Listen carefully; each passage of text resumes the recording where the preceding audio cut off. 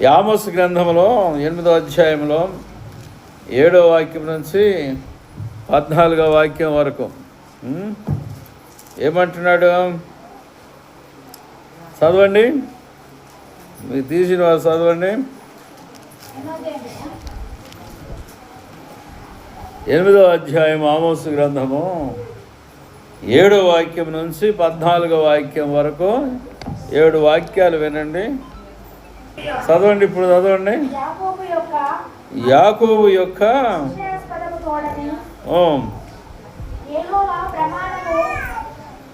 యెహోవా ప్రమాణము చేయున్నదేమనగా, వారి క్రియలను నేనెన్నడను మరువను. ఇందును గూర్చి భూమి కంపించదా? దాని నివాసులందరూ అంగలార్చరా? నైలు నది పొంగునట్లు భూమి అంతయు ఉబుకును. ఐగుప్తు దేశపు నైలు నది వలె అది ఉబుకును. మిస్రయీము అనగా ఐగుప్తు మరొక పేరు అనుకో. మిస్రయీము దేశపు నది వలె అది అణిగి పోవును. ప్రభువైన యెహోవా సెలవిస్తున్నది ఏమనగా, ఆ దినమున నేను మధ్యాహ్న కాలమందు సూర్యుని అస్తమింపజేయుదును, పగటి వేళను భూమికి చీకటి కమ్మజేయుదును. మీ పండుగ దినములను దుఃఖ దినములుగాను మీ పాటలను ప్రలాపములుగాను మార్చుదును. అందరినీ మొలల మీద గోనెపట్ట కట్టుకొనజేయుదును. అందరి తలలు బోడి చేస్తాను. ఒకనికి కలుగు ఏకపుత్ర శోకము వంటి ప్రలాపము నేను పుట్టింతును. దాని అంత్య దినము ఘోరమైన శ్రమ దినముగా ఉండును. రాబో దినములందు దేశములో నేను క్షేమము పుట్టించును. అది అన్నపానములు లేకపోవడం చేత కలుగు క్షేమము కాక, యెహోవా మాటను వినకపోవటం వలన కలుగు క్షేమముగా ఉండును. ఇదే యెహోవా వాక్కు. కాబట్టి జనులు యెహోవా మాట వెదకుటకై ఈ సముద్రము నుండి ఆ సముద్రము వరకును, ఉత్తర దిక్కు నుండి తూర్పు దిక్కు వరకును సంచరించుదురుగా అని అది వారికి దొరకదో. ఆ దినమందు చక్కని కన్యలను యవనులను దప్పిసేత సొమ్మసిల్లుదురు. సోమ్రోని యొక్క దోషమునకు కారణమగు దాని తోడనియు దేవుని దేవము తోడనియు బేర్షెబా మార్గ జీవము తోడనియు ప్రమాణము చేయవారు ఇకను లేవక కూలుదురు. ఇది వచనం అండి. ఈ వచనములో ఏం అర్థమవుతుంది? నాకే అర్థం కావట్లేదు, మీకేం చెప్పాలంటారా కదా? ఏదేదో రాశాడు. గ్రంథము శ్రేష్టమైన గ్రంథం. బైబిల్ గ్రంథం అంటే బహుశ్రేష్టమైన గ్రంథం. దాన్ని వచనము నిగూఢంగా దాన్ని కిలికి దాన్ని లోపల ఉన్న భావాన్ని బయట గొంజాలి సేవకులు. అవి ఒట్టికి లేదు. అది ఒక్క మాట కూడా మీకు అర్థం కాల చదివేటప్పుడు కదమ్మా. మరి ఎట్లా చేద్దాం? అయితే దాని గురించి కొన్ని విషయాలు నేను చెప్పగలను. వారి క్రియలను బట్టి దేవుడు వారికి శిక్షించుట. దేవుడు తన నామమును ప్రమాణము చేసి శిక్షను ప్రకటిస్తున్నాడు. తన నామమును ప్రమాణం చేస్తున్నాడు. హెబ్రీ పత్రికలో రాయబడింది 6వ అధ్యాయంలో 13వ వచనం నుంచి 16వ వచనం వరకు హెబ్రీ పత్రికలో రాయబడింది. ఏమని? 6వ అధ్యాయం హెబ్రీలు ఆ 17 వచనాల సారాంశాన్ని మీకు అందిస్తున్నాను. చూడండి, హెబ్రీ 6వ అధ్యాయము 13 నుంచి 16. దేవుడు అబ్రహామునకు వాగ్దానం చేసినప్పుడు తనకంటే ఏ గొప్పవాని తోడు అని ప్రమాణము చేయలేకపోయాను గనుక తన తోడని ప్రమాణం చేసి నిశ్చయముగా నేను నిన్ను ఆశీర్వదింతును, నిశ్చయముగా నిన్ను విస్తరింపజేతును అని చెప్పాను. ఆ మాట నమ్మి అతడు ఓర్పుతో సహించి ఆ వాగ్దాన ఫలము పొందెను. మనుషులు తమ కంటే గొప్పవాని తోడు అని ప్రమాణము చేతురు. వారి ప్రతి వివాదములోను వివాదాంశమును పరిష్కారం చేయనది ప్రమాణమే. మీరేం ప్రమాణం చేస్తారు? ఎప్పుడప్పుడు బైబిల్ తోడండి. నువ్వేమన్నా బైబిల్ రాశావు, నీ మొహానికి బైబిల్ తోడు అంటావు కదా. వాళ్ళకి శాతకాని ప్రమాణం చేస్తారమ్మా వీళ్ళ అబద్ధికులు. బైబిల్ తోడండి, నేను చెప్పేది నిజం నమ్ము అంటారు. బైబిల్ నెత్తి మీద పెట్టుకో. ఆ మాట నువ్వు ఎప్పుడు చెప్పకూడదు. బైబిల్ని ప్రమాణంగా ఎప్పుడు పెట్టదు. నువ్వు బైబిల్ రాయలేదు, బైబిల్ సృష్టించలేదు, బైబిల్లో ఒక ప్రవచనం కూడా నువ్వు చెప్పలేదు. కొందరు ఏం చేస్తారంటే భూమి తోడండి అంటుంటారు. భూమి తోడు, భూమిని నువ్వేమైనా పుట్టించు ఆ భూమి తోడు అంటానికే చెప్పు కదా. మన్ను పట్టుకొని నన్ను ఏమంటాడంటే ఈ మట్టి తోడు నిన్ను 6 నెలల్లో లేపేస్తానన్నాడు నన్ను. ఈ ముసలోడు, ఆ ముసలోడికి 70 ఏళ్ళు ఉంటాయి. వాడు 6 నెలల్లో ఎన్ని 6 నెలలు అన్నాడో అన్ని 6 నెలల్లోనే పోయిండు. నన్ను లేపేస్తాడు అన్నాడు కానీ వాడు పోయిండు. ఎందుకని? అని అంతే కదా, భూమి తోడు అన్నాడు కదా. భూమి పట్టుకుని కొడుతూ నేను లేపేస్తానంటే అది ప్రమాణం అంటాను. భూమి ప్రమాణం ఆయనకి, భూమి లేపేస్తుంది. చాలామంది భూమి తోడు అనొద్దు, తప్పది. నిజం చెప్పమ్మా, లేకపోతే అబద్ధమే చెప్పు. ఖచ్చితంగా నేను అబద్ధమే చెప్పానని ఒప్పుకో, లేకపోతే నిజమే చెప్పు. అవునంటే అవును, కాదంటే కాదు. భూమి తోడని ఎందుకు అంటావు? లేనిపోని కథ. భూతల్లి తోడు, భూమి నీకు తల్లి. ప్రైజ్ లార్డ్, హల్లెలూయా. భూమి అనేది ఏంటిది? మీ అమ్మ. భూమి అంటే ఏంటి? మీ పెద్దవాళ్ళు పలుకుతుంటారు, భూతల్లి ఉందా అంటుంటారు కదా. దానికి తల్లిని వాడిని పెట్టిన పేరు ఏమో, వానికేం గోచరమైందో. భూమి తల్లి, నిజంగా తల్లియే మానవుడికి. తండ్రి ఎవరు? యెహోవా. ప్రైజ్ ది లార్డ్, హల్లెలూయా. భూమి తోడని ప్రమాణం ఒకడు చేస్తాడు. మరికొందరు ఆకాశం తోడని ప్రమాణం చేస్తారు. అది తప్పే.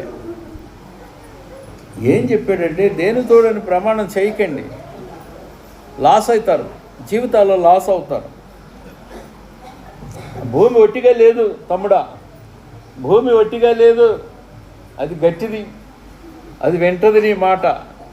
నువ్వు అన్న మాటని వింటది, నేను దెబ్బ కొడుతుంది. అది దెబ్బ కొడుతుంది. విశ్వం, ఈ విశ్వము, ఆకాశం విశ్వంతో నువ్వు మాట్లాడుతున్నావు. విశ్వం అంటే ఏంటి? విష్ణువు. అర్థమైందా? విష్ణువు అంటే అర్థం తెలుసుగా. విశ్వం, విష్ణువు, హిందువుల దేవుడు. వింటాడు, లాగి లెంపకాయ కొడతాడు. నీకు తెలియదు మర్మం. వాళ్ళ దృష్టిలో దాన్ని పూజించేది, వాళ్ళ దృష్టిలో మహాదేవుడు. ఆ విశ్వం వింటాడు. ఆ విశ్వంలో భూమి ఒకటి, ఆకాశం ఒకటి. నీరుతో ప్రమాణం చేస్తారు కొందరు. నీరు కూడా విశ్వంలో భాగమే. నీరు గాలితో ప్రమాణం, అగ్గితో ప్రమాణం చేస్తారు. కొందరేమో ఏం తెలియక గడపరతో ప్రమాణం చేస్తారు. ఎర్ర గాలు గడపర పట్టుకొని ఇసిరి కొడతారు. ఈ గీటు దాటి అవతలేయాల. నేను సత్యవంతునైతే నాకు కాలదంట ఆయనకి. ఎర్ర గాల్చిన గడపర ప్రమాణాలండి. దేవుడు ఏమంటున్నాడు? ఆయనకంటే గొప్పవాడు ఎవడు లేడు. వాళ్ళతోడని ప్రమాణం చేయటానికి ఏంటి ఇక్కడ ప్రమాణం ఉంది. దేవునికి స్తోత్రాలు. నది పొంగి ఉపద్రవము కలిగినట్లు దుష్టులకు ఉపద్రవము, నది పొంగి ఉపద్రవము కలిగినట్లు దుష్టులకు ఉపద్రవము కలుగును. యెషయా గ్రంథంలో 57వ అధ్యాయంలో 57వ అధ్యాయము 20వ వచనము 21వ వచనం. దుష్టులకు శాంతి ఉండదు. నది పొంగుద్దా? ఉపద్రవం కలిగిస్తుందా? మీకు అర్థం కావాలంటే ఈ సంవత్సరము ఎక్కడెక్కడ ఊళ్ళు మునిగి చెప్పండి, ఒకటన్నా చెప్పండి చూద్దాం. చూసివా? మన జిల్లానే చెప్పేసింది. కరెక్టే, కామారెడ్డి మునిగింది. మునగలా? ఈ సంవత్సరం ఇంకా ఎక్కువ మునుగుతాయి. అదంతే. ఆ కామారెడ్డిలో ఏ ఏ ప్రాంతాలు మునిగినాయో వాళ్ళకి శాంతి లేదు. కప్పలో పాములు అన్ని ఇంట్లోకి వచ్చినాయి వాళ్ళలోకి. ఇంకేం శాంతి? ఇళ్ళు కూలిపోయినాయి అంట కొన్ని ప్రాంతాలు. ఏం శాంతి ఉంది? కార్లు కొట్టకపోయినాయి కొన్ని ప్రాంతాల్లో. ఏం శాంతి ఉంది? లేదు. ఆస్తులన్నీ పోగొట్టుకున్నారు, శాంతి లేదు. ఈ 2026లో ఘోరాలు జరుగుతాయి, నేరాలు జరుగుతాయి, భయంకరమైన విషయాలు జరుగుతాయి. దుష్టులకు ఉపద్రవము కలుగుతుంది. తీసారా? యెషయా గ్రంథము 57వ అధ్యాయం 20వ వచనం 21వ వచనం. భక్తిహీనులు చూడండి, కదులుతున్నటువంటి సముద్రం వంటి వారు. వాక్యాన్ని అర్థం చేసుకోనండి. భక్తిహీనులు ఎలా ఉంటారు? కదులుతున్న సముద్రము వంటి వారు అంటే అర్థం ఏంటి? కదులుతున్న సముద్రము ఎప్పుడూ నిలకడగా ఉండదు, నెమ్మదిగా ఉండదు. సముద్రాన్ని చూసిన వాళ్ళు ఎంతమంది ఉన్నారు మీ దగ్గర? చేతులు చూపెట్టండి. సముద్రం చూసారా? అదేం చేస్తుంటుంది ఎప్పుడు?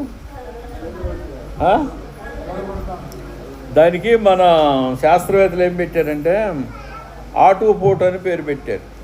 అమావాస్య పున్నానికి ప్రత్యేకమైన కదలికలను చూపిస్తుంది. ఏంటది? సముద్రం. సముద్రమునకు నెమ్మది ఉండదు, ఎప్పుడు నిరంతరము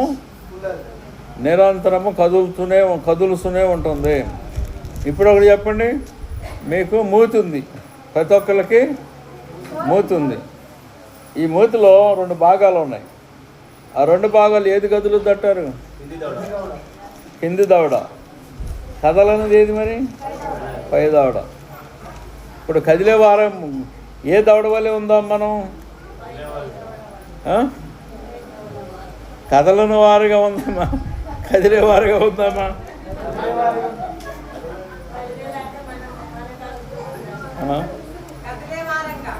కదిలే వారిగా ఉంటారా, కదలని వారిగా ఉంటారా?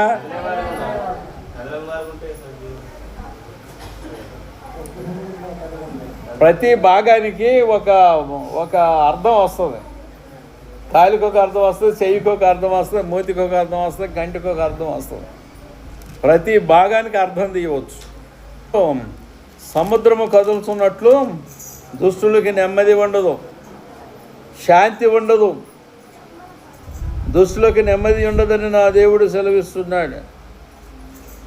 కదులుతున్న సముద్రం వంటి వారు దుష్టులు అనేవాడు. భక్తిహీనులు అది నిమ్మలింపనేరదు, దాని జలముల బురదను మైలను పైకి వేయను అన్నాడు. నెమ్మది ఉండదు ఎవరికి?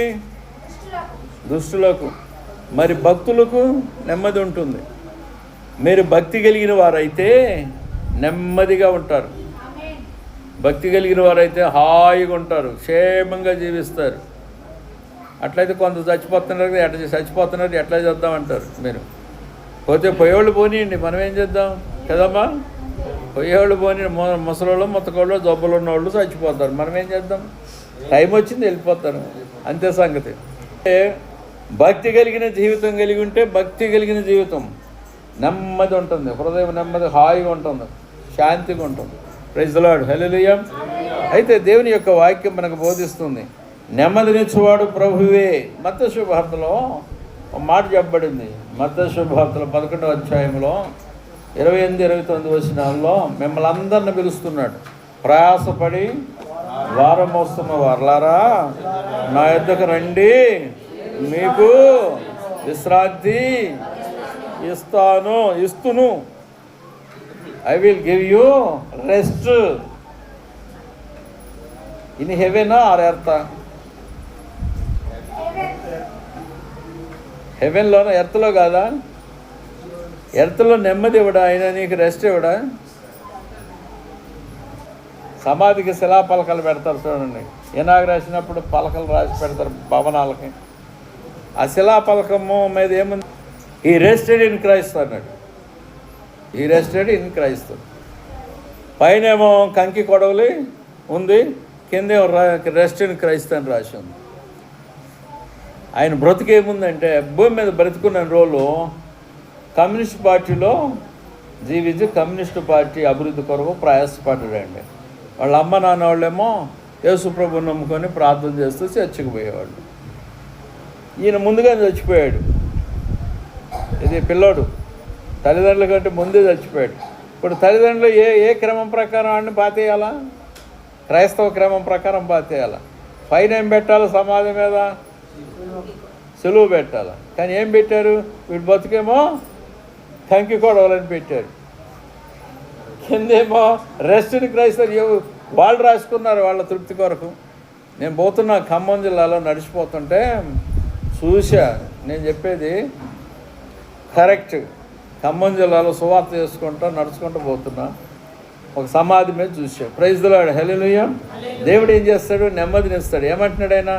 ప్రయాసపడి భారం వహిస్తున్న వారలారా నా యొద్దకి రండి. ఏమన్నాడమ్మా? 28-29 వచనాలు.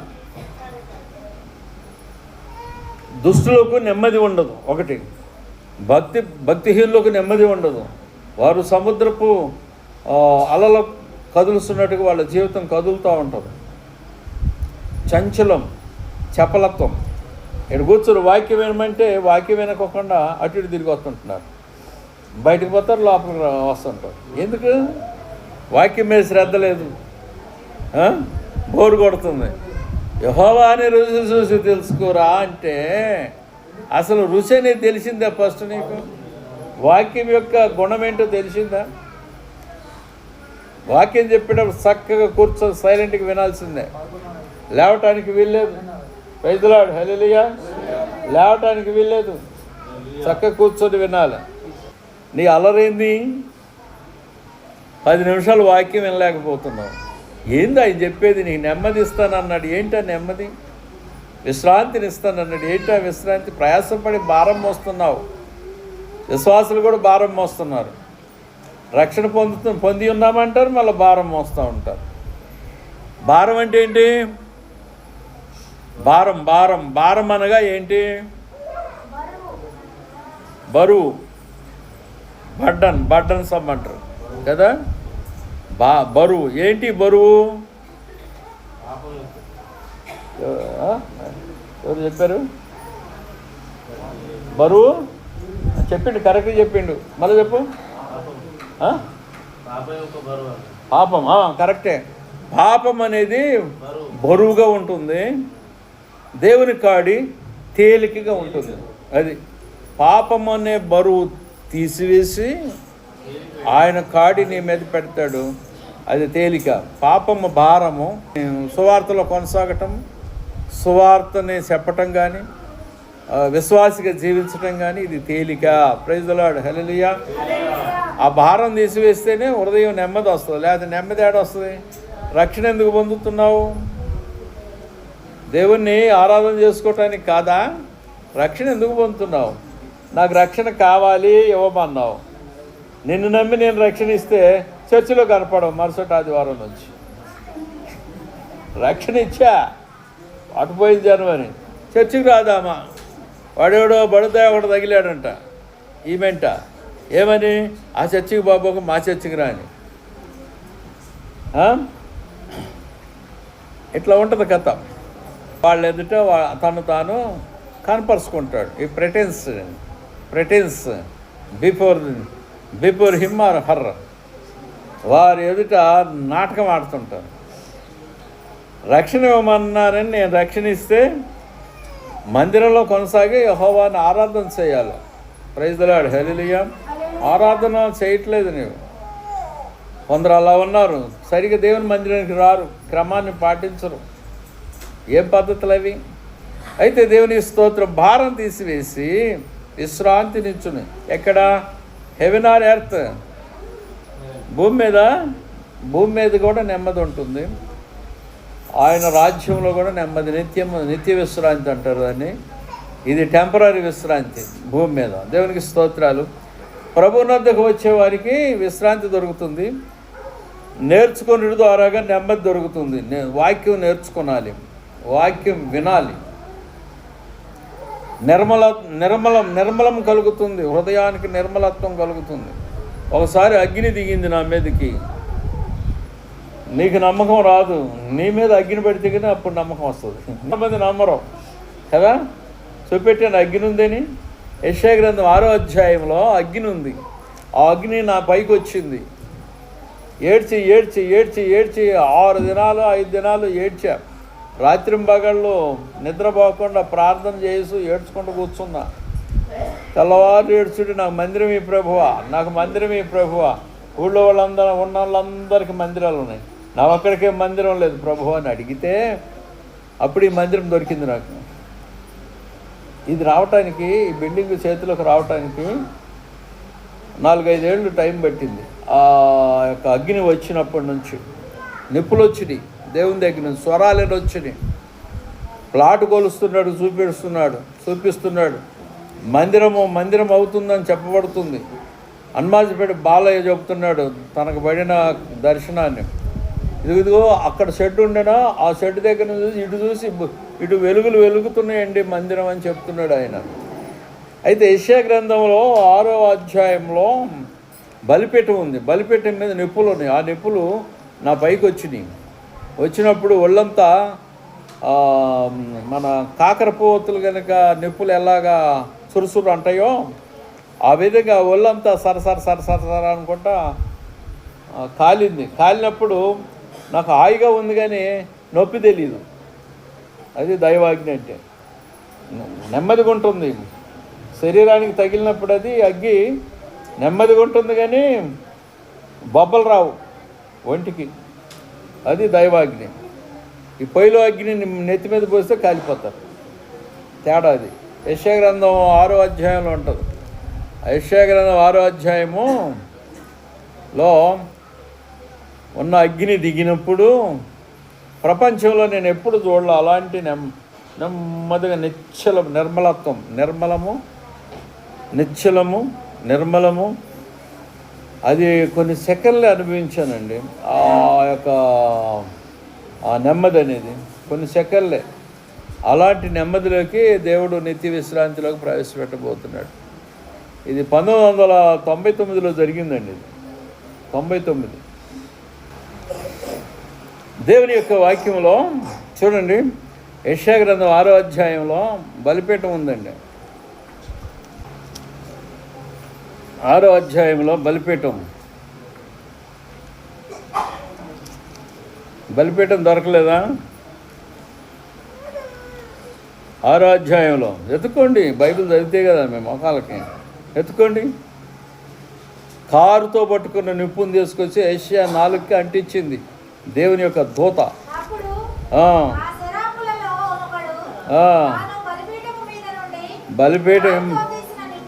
బలిపీఠం నుండి కారుతో తీసిన నిప్పును చేత పట్టుకొని నా అద్దెకి ఎగిరి వచ్చి నా నోటికి దాన్ని తగిలించను అని అంటాడు. అప్పుడు ప్రభువా నీ చిత్తం, నేను వెళ్ళేదని నన్ను పంప అంటాడు. అంతకుముందు నేను అపవిత్రమైన పెదవులు కలిగిన వాడిని, నేను పోను అంటాడు.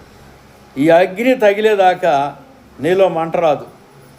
మామూలుగా వాక్యం వింటావు, పాటలు పాడతావు, ప్రార్థన చేస్తావు, చర్చికి వస్తావు, అన్నీ మామూలే. ఆ అగ్ని తగిలేదాకా దాన్ని ఏమంటారంటే మత్తయి సువార్త 3వ అధ్యాయం 12వ వచనం 11వ వచనంలో ఉంటుంది. అగ్ని బాప్తిస్మము అంటాడు. అగ్ని బాప్తిస్మం. ఇంకా అగ్ని బాప్తిస్మం అయిన తర్వాత ఆత్మతో నింపబడితే భాషలు వస్తాయి. ఆత్మతో నింపబడిన వారు భాషలు మాట్లాడదరు అని వాక్యంలో ఉంటుంది. దేవునికి స్తోత్రాలు. అగ్ని బాప్తిస్మం ఒకటి, ఆత్మతో నింపుదల ఒకటి. ఈ రెండు జరిగితే నీ జీవితంలో ఒకవేళ నువ్వు స్వార్థ సేవ చేస్తావు, అంతే సంగతి. దేవుని వాక్యాన్ని దేశం మీద ప్రకటన చేస్తావు. Praise the lord. Hallelujah, hallelujah. ఆ నెమ్మది, ఆ శాంతి ఎలా ఉంటుందో తెలుస్తుందో అట్టి వారికి, లేకపోతే తెలియదు. ఒకసారి అనుభవించాలి. దేవుని అగ్ని నీ మీదకి దిగినప్పుడు ఒళ్ళంతా తేలికైపోతుంది.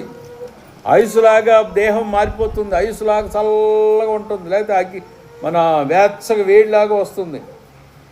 దేవుని అగ్ని అంటారు అది. ఈ అగ్ని మత్తయి సువార్తలో 3వ అధ్యాయంలో రాయబడింది. మీరందరూ ఇప్పటికి నీళ్ళలో బాప్తిసం పొంది ఉండవచ్చు. నీళ్ళ బాప్తిసం అంటారు దాన్ని. తర్వాత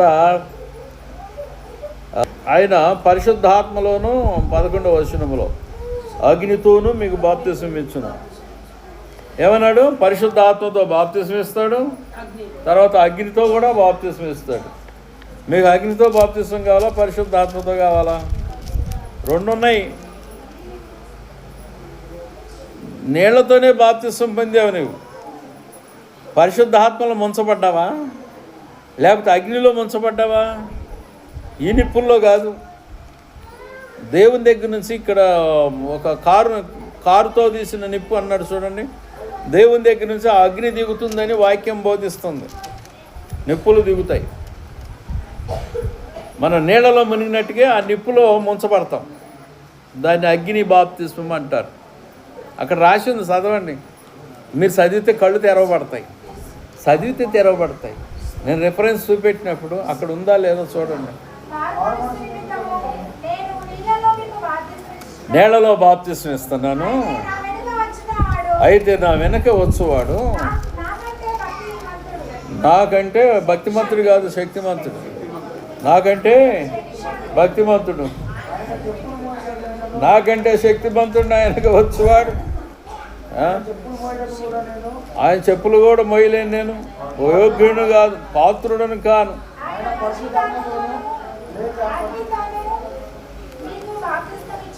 నా బట్టలు నేనే ఉతుక్కుంటా, నా అన్నం నేనే వండుకుంటా. అర్థం కదా? నా అంటులు నేనే రుద్దుకుంటా, గిన్నెలు నా ఇల్లు నేనే ఉడుచుకుంటా. ఎప్పుడు? అమ్మగారు లేనప్పుడు. ఒక్కోసారి అమ్మ ఉన్నప్పుడు కూడా ఆ పనులు చేస్తా. ఎందుకని? ప్రాక్టీస్ కొరకు. ఎందుకు? ఆమె లేనప్పుడు ఎవరు చేసి పెడతాడు? హోటల్ చుట్టూ ఎవరు తిరుగుతారు? ఆ అన్నం నేను తిననుగా. అందుకని నా పని నేనే చేసుకుంటా. ఎందుకు చేయాలి చెప్పండి?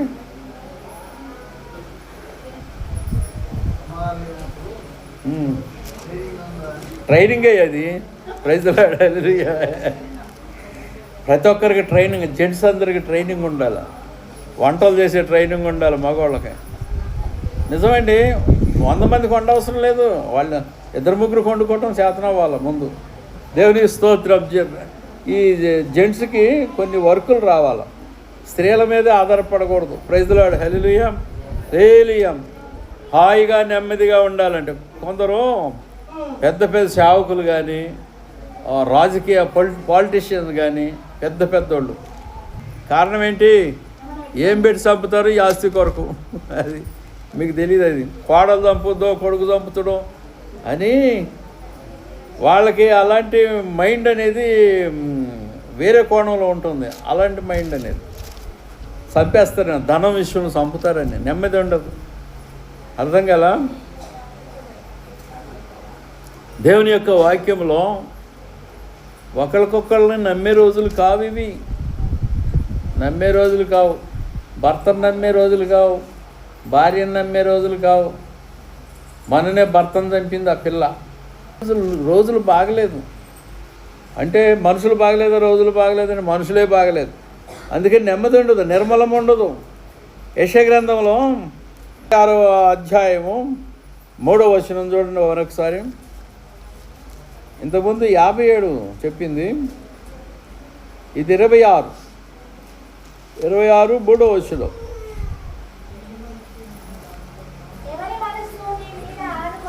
సరే, ఇది వచనం చూడండి. ఎవని యొక్క మనసు నీ మీద ఆనుకొనునో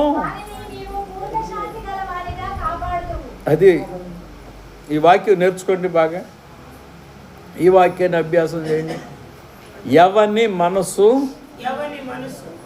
ఆయన మీద ఆనుకుంటుందో వాళ్ళని పూర్ణ మనశ్శాంతితో నింపుతాడు.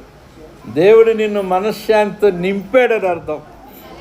నీవు ఆయన మీద ఆనుకున్నప్పుడు అది జరుగుతుందండి. దేవుని మీద ఆనుకుంటే జరుగుతుంది, లేకపోతే జరగదు. అది తిండి విషయం దేవుని మీద ఆనుకొనాలి. ఆహారం విషయం, సంపాదన విషయం దేవుని మీద ఆనుకొనాలి. పాడి పంటల విషయం దేవుని మీద ఆనుకొనాలి. నీకు మనశ్శాంతి రావాలంటే దేవుని మీద ఆధారపడాలని వాక్యం బోధిస్తుంది. 131వ కీర్తన 2వ వాక్యం ఏమంటున్నాడు?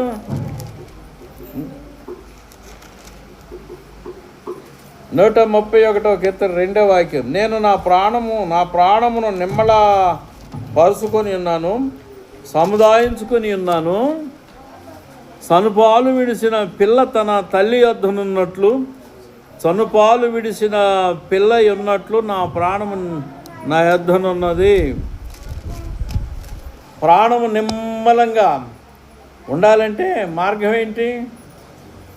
ఆయన మీద అనుకోవటమే. Praise the lord. Hallelujah, hallelujah. యోహాను సువార్తలో 14వ అధ్యాయంలో చెప్పబడింది కదా, 27వ వచనంలో, నా శాంతినే మీకు ఇస్తున్నాను. యేసే శాంతి అయి ఉన్నాడని వాక్యం బోధిస్తుంది. యేసే శాంతి. Praise the lord.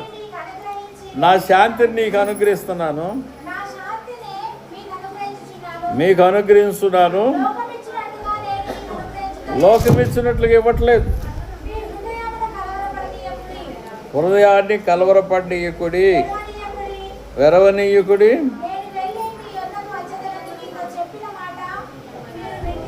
వినండి, యెహోవా మీకు సమాధానము కలుగజేయును. ఈ వచనాలన్నీ ఈ ఆమోసు గ్రంథంలో ఉన్నాయి. ఇప్పుడు నేను చెప్పే ప్రతి వచనము ఈ యొక్క భావాలు వస్తున్నాయి చూడండి. అవన్నీ అక్కడ చదివిన ఆమోసు 8వ అధ్యాయం 7వ వాక్యం నుంచి 14 వరకు చదివమా, అందులో వస్తాయి ఇవి. ఒక్కొక్క వచనాన్ని శ్రద్ధగా చదివితే ఇవన్నీ వస్తాయి. Praise the lord. హల్లెలూయా. దేవునికి స్తోత్రం. యెహోవా నీకు సమాధానం కలుగజేస్తాడు. సంఖ్యాకాండం 6వ అధ్యాయము 26వ వాక్యములో దేవుని యొక్క సమాధానాన్ని ఆయన అనుగ్రహిస్తాడు. తర్వాత దేవుని యొక్క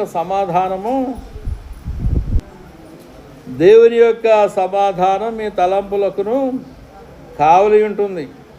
2 వచనాలు చదివి ముగించుకుందాం. దేవునికి స్తోత్రాలు.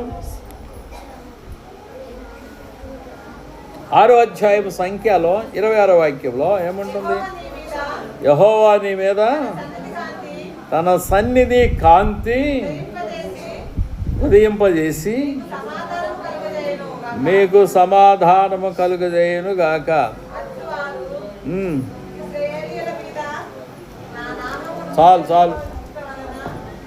చాలు. సమాధానము, దేవుని యొక్క సమాధానం మీకు వస్తుంది. తర్వాత ఫిలిప్పీ 4వ అధ్యాయం 7వ వాక్యం ముగింపు. ఫిలిప్పు 4వ అధ్యాయము 7వ వాక్యం ఏమన్నాడు ఇక్కడ? 4:7లో, అప్పుడు సమస్త జ్ఞానములకు మించిన దేవుని సమాధానము యేసుక్రీస్తు వలన మీ హృదయములకును మీ తలంపులకును కావలి ఉండును. ఏంటది కావలి ఉండేది? ఏంటది కావలి ఉండేది? దేవుని యొక్క సమాధానము యేసుక్రీస్తు వలన, దేవుని యొక్క సమాధానము. ఓ సమాధానం, ఆ పేరు సమాధానమే కానీ సమాధానం లేదు. ఈ పేరు సంతోషం కానీ సంతోషం లేదు ఆమె హృదయంలో. పేరుకు సంతోషమే, పేరే సంతోషం, కానీ సంతోషం ఉండదు జీవితంలో. యాకోబు పేరు పెట్టుకుంటాడు, 7 కాయలు తాగుతాడు, రోజుకి 7 కాయలు, బజార్లో పడుతాడు. వానికేం సమాధానం ఉంటుంది? పేరే యాకోబు, ప్రవర్తన అయితే బజార్లో పడుకుంటాడు కదా. కాయలు తాగి వస్తాడు, నేను కూడా క్రైస్తవుని అంటాడు, కాయలు తాగేవాడు కూడా కదా. ఆదాం అని పేరు పెట్టుకుంటాడు, 6 కాయలు తాగి వస్తాడు. ఏడుంది సమాధానం? కాయలు తాగే క్రైస్తవులు, సొట్టలు తాగే క్రైస్తవులు, బీడీలు తాగే క్రైస్తవులు, కళ్ళులు తాగే క్రైస్తవులు, బీరులు తాగే క్రైస్తవులు, వాళ్ళు కూడా క్రైస్తవులే. ఫోటో తీసుకొని చూపిస్తే ఈసారి ఒకడిని, వాడు కూడా క్రైస్తవుడే. ఆయనకి సమాధానం వస్తుందా? రాదు. అంటే ఇవి వెలుపల నుంచి లోపలికి పోతున్నాయి కనుక ఏం ప్రాబ్లం లేదులేండి, లోపల నుంచి బయటకు వస్తేనే డేంజర్ కదా అంటారు. వెలుపల నుంచి లోపలికి పోయే వాటి వలన ఏ ప్రమాదం లేదట. అలాగైతే మత్తులై ఉండకూడని ఎందుకు చెప్పాడు వాక్యంలో? మత్తులై ఉండకూడని ఎందుకు చెప్పాడు? మత్తులు అవ్వటం ఏంటి? ఎక్కువ తిండి కూడా తినొద్దు అన్నాడు. ఎక్కువ తిండి అంటే తిండిపోతులుగా ఉండొద్దు. ఎక్కువ తిండి అంటే అది తీవ్రంగా మత్తునిస్తుంది. తిండి ఎక్కువ తిన్నాడు, ఈరోజు బాగా తిన్నాడు, ప్రార్థన చేయలేడు, ఇక మత్తు వచ్చేస్తుంది. ఎక్కువ తిన్నోడికి మరి తక్కువ తింటే నీ కొంపే మునిగిపోతుంది, ఆరోగ్యం పెరుగుద్ది కదా. తిండి వలన మత్తులో అయ్యి ఉండొకటి అని వాక్యం ఉంటుంది. మత్తులో అయ్యి ఉండొకటి, ప్రార్థన చేయండి సరిగాని అర్థం. దేవునికి స్తోత్రాలు, హల్లెలూయా. ఈ వాక్యంలో దేవుని సమాధానం అంటే ఏంటి? భార్య భర్తలకు సమాధానం లేదు, వాళ్ళిద్దరు కొట్టుకుంటున్నారు. ఎట్లా చేద్దాం? కలవదు, ఒక్కోసారి మాట కలవదు. ఆ భర్తకి ఆ భార్యకి ఇద్దరికి కలవనప్పుడు ఏం చేస్తారు? వాళ్ళిద్దరు కొట్లాడుకొని అమ్మాయి అమ్మగారింటికి పోతే అబ్బాయి ఎక్కడ ఉంటాడు? గాడిదలు కాస్తుంటాడు. ఏం చేస్తాడు? అటు ఇటు తిరుగుతాడు. 4 రోజులు సమాధానం లేక పిచ్చిగా అయ్యి భార్య గుర్తొచ్చి, లేకపోతే భార్య మీద అనుమానం వచ్చి, అక్కడేం చేస్తుందో నా భార్య, తొందరగా పోవాలి, దాన్ని తొందరగా పట్టుకొని రావాలి. ఇదొక లొల్లి, సమాధానం లేదు. ఆడు వెళ్ళిపోతాడు, ముందే గుద్దులాడటం తప్పు, ఆమెను పరారు చేయటం తప్పు. తర్వాత ఆమె మీద అనుమానం పడటం, వాళ్ళ అమ్మల ఇంటికి పోయిన తర్వాత ఆమె మీద అనుమానం పడటం తప్పు. ఇవన్నీ తప్పులు ఉంటాయి నీ హృదయంలో. నీ హృదయం ఇట్లా కదులుతుందండి, నీకు సమాధానం ఏడొస్తుంది? శాంతి ఎక్కడి నుంచి వస్తుంది? కనుక యెహోవా సమాధానం నీ పైకి రావాలంటే, నీలోకి రావాలంటే ఏం చేయాలా? యెహోవా సమాధానం నీలోకి రావాలంటే ఏం చేయాలా? యెహోవా మీద ఆనుకోనాలి. యెహోవా మీద, ఆయన మీద ఎవరు అనుకుంటారో వారికి ఆయన పూర్ణ శాంతిని ఇస్తాడు, సమాధానాన్ని ఇస్తాడు. వాక్యం బోధిస్తుంది. పూర్ణ శాంతి, పూర్ణ సమాధానం. ప్రైజ్ ది లార్డ్, హల్లెలూయా. విందు చేసి మీ అందరికి తినిపెట్టి పంపిస్తాం. ఆత్రం వాళ్ళకి స్తోత్రం రాదు. ఏం చేయమన్నా? ఆత్రం వాళ్ళకి స్తోత్రం రాదు. ఎప్పుడు ఆత్రపడతాడు చూడు. ఆత్రం అంటే ఏంటి? తిండి దగ్గర ఆత్రం, ముద్దగండం వస్తుంది. తిండి దగ్గర ఆత్రం, ముద్దగండం. ముద్ద మింగేటప్పుడు ఎడ పట్టుకుంటుంది. స్తోత్రం చెప్పలేదు కదా, అందుకని ఎడ పట్టుకుంది. అన్నం అండి, ముద్ద గొంతులో పట్టుకుంటుంది. అట్లనే ఎందుకు పట్టుకుంది? దేవునికి స్తోత్రం చెప్పి, ఈ అన్నానికి నేను ఈరోజు బాధ్యుడును అని చెప్పి దాన్ని నెమ్మదిగా కడుపులోకి నెట్టాల, గొంతు ద్వారాగా. అంతే కదా? లేకపోతే ముద్దగండం ఉంటుందట, ముద్ద పట్టుకుంటుంది. ఇక్కడ నెమ్మదిగా తినమ్మా. తొందర ఏమొచ్చింది? మటన్ చేసుకున్నామని అంత తొందర ఏమొచ్చింది నీకు? నీదేగా మటను, తొందర ఏమొచ్చింది? ముద్దగండం, ఆత్రం ఉన్న వాళ్ళకి స్తోత్రము రాదు. ఏం చేయాలి? స్తోత్రం చెప్పాలి. తినేటప్పుడు స్తోత్రం చెప్పాలి, వెళ్ళేటప్పుడు స్తోత్రం చెప్పాలి. ముందు భక్తి అంటే ఏంటి మరి? నేను 3 గంటల స్తోత్రం చెప్తా రోజుకి. 3 గంటలకు లేస్తా, స్తోత్రాలు చెప్పుకుంటా 6 అవుతుంది, 5 అవుతుంది. స్తోత్రం ఇసుకురాదా నాకు? గంటలు స్తోత్రం. ఏమనుకున్నావు? దేవుడు ఒట్టిగానే మాట్లాడతాడా? దేవుడు మాట్లాడని రోజు లేదు నాతో. ప్రైజ్ ది లార్డ్, హల్లెలూయా. దేవుడు మాట్లాడని రోజు లేదు. ఎవరి గురించి చెప్తున్నారో వాళ్ళ గురించి ప్రవశించబడుతుంది. ఇక్కడ శాంతం ఉంది, ఆమె వలన జయ జీవితం కలుగుతుంది కొందరికి. ప్రైజ్ ది లార్డ్, హల్లెలూయా. అది దేవుడు చెప్పిన విషయం నాకు. శాంతమ్మ చాలా మంచి హృదయం కలిగిన వ్యక్తి. ప్రభు మాట్లాడుతున్నాడు. నిజమండి. ఇప్పటికి వారం అవుతుందో 4 రోజులు అవుతుందో. కాంతమ్మ గురించి ప్రభు మాట్లాడుతున్నాడు. నేను గ్రహించుకోకుండా వదిలిపెట్టాను అనుకో, ఏదో వచ్చిందిలే దేవుని దగ్గర నుంచి అనుకోని వదిలేసాను అనుకో, ఒకటిదే. దాన్ని అర్థం చేసుకోలేదు నేను. దేవునికి స్తోత్రం. నిర్మల హృదయం అన్నట్టు, మంచి హృదయం, దేవునితో సహవాసం కలిగిన హృదయం. దేవునికి స్తోత్రాలు, హల్లెలూయా. కొందరి గురించి ప్రభు మాట్లాడతాడు. అవి మనం అర్థం చేసుకుని వాళ్ళకి చెప్పాలి. దేవునికి స్తోత్రాలు. ఇంకోటి మాట్లాడుతున్నాడు, ఇటు చూస్తే 100 మంది ఉన్నారు అక్కడ. ఎవరో ఐపీసీ సేవకుడు నన్ను ఆహ్వానిస్తున్నాడు. మాట్లాడుతున్నాడు ప్రభు. అక్కడికి పోయి చూస్తే 100 మందికి నిలబడ్డాను వాక్యం చెప్పడానికి. 100 మంది కదా, ఈజీగా చెప్పొచ్చు అనుకున్నాను. ఇక్కడ నుంచి చూస్తే పర్లాంగ దూరం పైన కూర్చున్నారు జనం. అమ్మ బాబు, ఈ జనానికి నేనేం చెప్పాలి, ఎట్ట కదిలించాలి అని అనుకుంటున్నాను. దేవుని ఆత్మ కదిలిస్తాడేమోలే అన్నట్టుగా మళ్ళీ భావిస్తూ అక్కడికి వెళ్ళి చూశాను. ఎవరో నన్ను మీటింగ్లకి ఆహ్వానించబోతున్నారు. ఎవరో ఏమో, ఎక్కడో ఏమో, నాకు ఐడియాలో లేదు. దర్శనంలో దేవుడు మాట్లాడుతున్నాడు.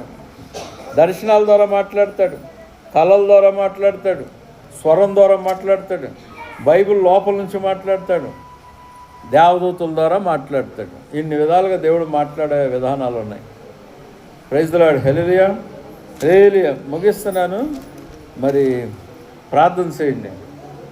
మీలో మోకాళ్ళ మీద ఉండి ప్రేరేపించబడిన వారు ప్రార్థన చేయండి.